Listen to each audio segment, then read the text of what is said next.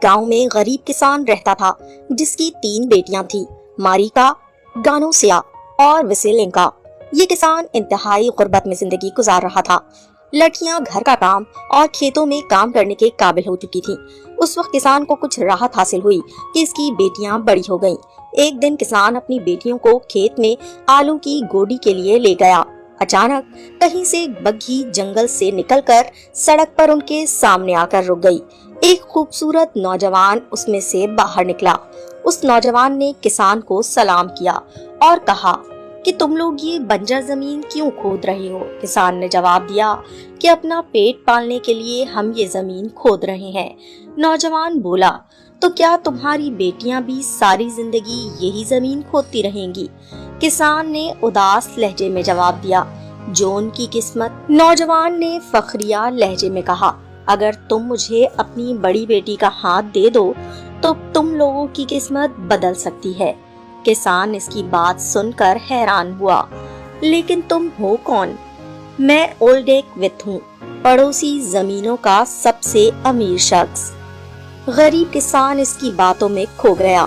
سچ تو یہ ہے کہ وہ بہت خوش تھا کہ کم از کم اس کی ایک بیٹی غربت سے نجات پالے گی، اور شاید وہ اپنی بہنوں کو بھی دنیا کی تکالیف سے بچا لے اور ان کی مدد کر سکے۔ کسان اپنی بڑی بیٹی سے مخاطب ہوا، ماریکا، کیا تم اس نوجوان شخص کی پیشکش قبول کرو گی؟ ماریکا نے اولڈیک وتھ کی طرف دیکھا۔ خوبصورت تھا، دلکش نیلی آنکھیں، سیاہ بال۔ ہاں با، مجھے قبول ہے۔ پھر بوڑھے آدمی نے کہا، اتوار کو شادی کی دعوت کریں گے۔ نوجوان نے اصرار کیا، بس ایک شرط ہے کہ شادی کی تقریب میرے محل میں ہوگی اور دلہن کو میرے ساتھ فوراً روانہ ہونا پڑے گا۔ غریب آدمی ایک بار پھر سوچ میں پڑ گیا، لیکن جلد ہی راضی ہو گیا۔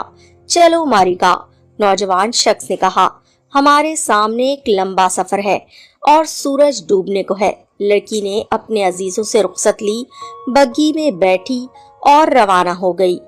ایک ہفتہ گزر گیا، مگر اولڈیک وتھ نے بوڑھے آدمی کو شادی کی دعوت میں نہیں بلایا، اور پورا سال گزر گیا، مگر غریب کسان کو اپنی بیٹی کی کوئی خبر نہ ملی۔ پھر آلو کی گوڈی کا موسم آیا۔ بوڑھا آدمی گانوشیا اور وسیلنکا کو لے کر کھیت میں آیا۔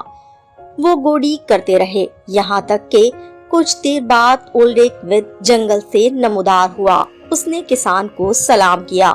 جب کسان نے اولڈیک وتھ کو دیکھا تو فوراً سے پوچھا، ہماری ماریکا کہاں ہے؟ وہ واپس کیوں نہیں آئی؟ اس نے ایک بچے کو جنم دیا ہے اور چاہتی ہے کہ گانوشیا کم از کم ایک ہفتے کے لیے اس کے پاس رہے تاکہ گھر کے کاموں میں اس کی مدد کرے۔ گانوشیا خوشی سے اچھل پڑی، ابا میں جاؤں گی، ماریکا اکیلی ہے، وہ اداس اور پریشان ہوگی، میں اس کا اور بچے کی دیکھ بھال کروں گی اور واپس آ کر آپ کو بتاؤں گی کہ وہ کس حال میں ہے۔ بوڑھے آدمی نے اجازت دے دی، مگر ایک ہفتہ نہیں بلکہ پورا سال گزر گیا اور نہ ماریکا کی خبر آئی نہ گانوشیا کی۔ پھر گرمیوں کا موسم آیا۔ غریب آدمی اپنی سب سے چھوٹی بیٹی وسیلنکا کو لے کر کھیت میں آلو کی گوڈی کے لیے آیا۔ پھر سے ایک بار اولڈیک وتھ جنگل سے نکل کر آیا۔ سلام، وہ بولا۔ کسان نے اس کو دیکھا تو فوراً جھٹ پٹا کر بولا، ہماری گانوشیا کہاں ہے؟ وہ اتنے عرصے سے واپس کیوں نہیں آئی؟ اولڈیک وتھ بولا، میں نے اسے کئی بار گھر بھیجنے کی کوشش کی، مگر ماریکا نے اسے جانے نہیں دیا۔ وہ کہتی ہے کہ وہ اپنی بہن کے بغیر اکیلی محسوس کرے گی۔